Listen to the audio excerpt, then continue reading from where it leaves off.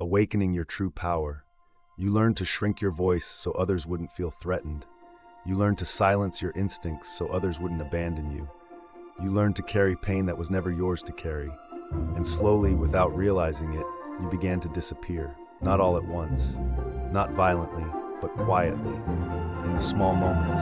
When you chose silence instead of truth, when you chose acceptance instead of authenticity, when you chose comfort instead of your own becoming, you told yourself it was strength. But deep down, something inside you knew. It knew you were not living. You were waiting for permission, waiting for safety, waiting for a version of life that would finally choose you back. But here's the truth most people never realize. No one was ever coming to save you. Not because you were unworthy, but because you were never meant to be saved. You were meant to awaken. Because every moment you felt rejected, you were being redirected.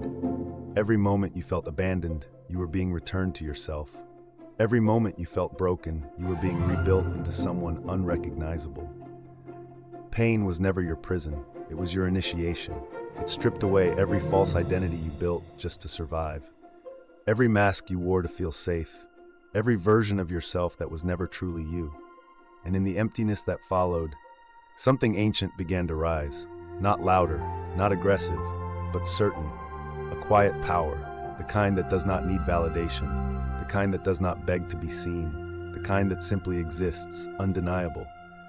You stopped chasing, you stopped proving, you stopped asking, because you finally remembered something the world made you forget. You were never small, you were never weak, you were never lost, you were becoming, and becoming is not comfortable. It requires losing versions of yourself you thought you needed. It requires walking alone when everyone else stays behind. It requires trusting a path you cannot yet see. But this is how power is born. Not in comfort, not in certainty, but in the courage to continue anyway. One day, you will look back at this version of yourself, the one who doubted, the one who hurt, the one who almost gave up, and you will thank them because they did not quit, because they endured, because they became you.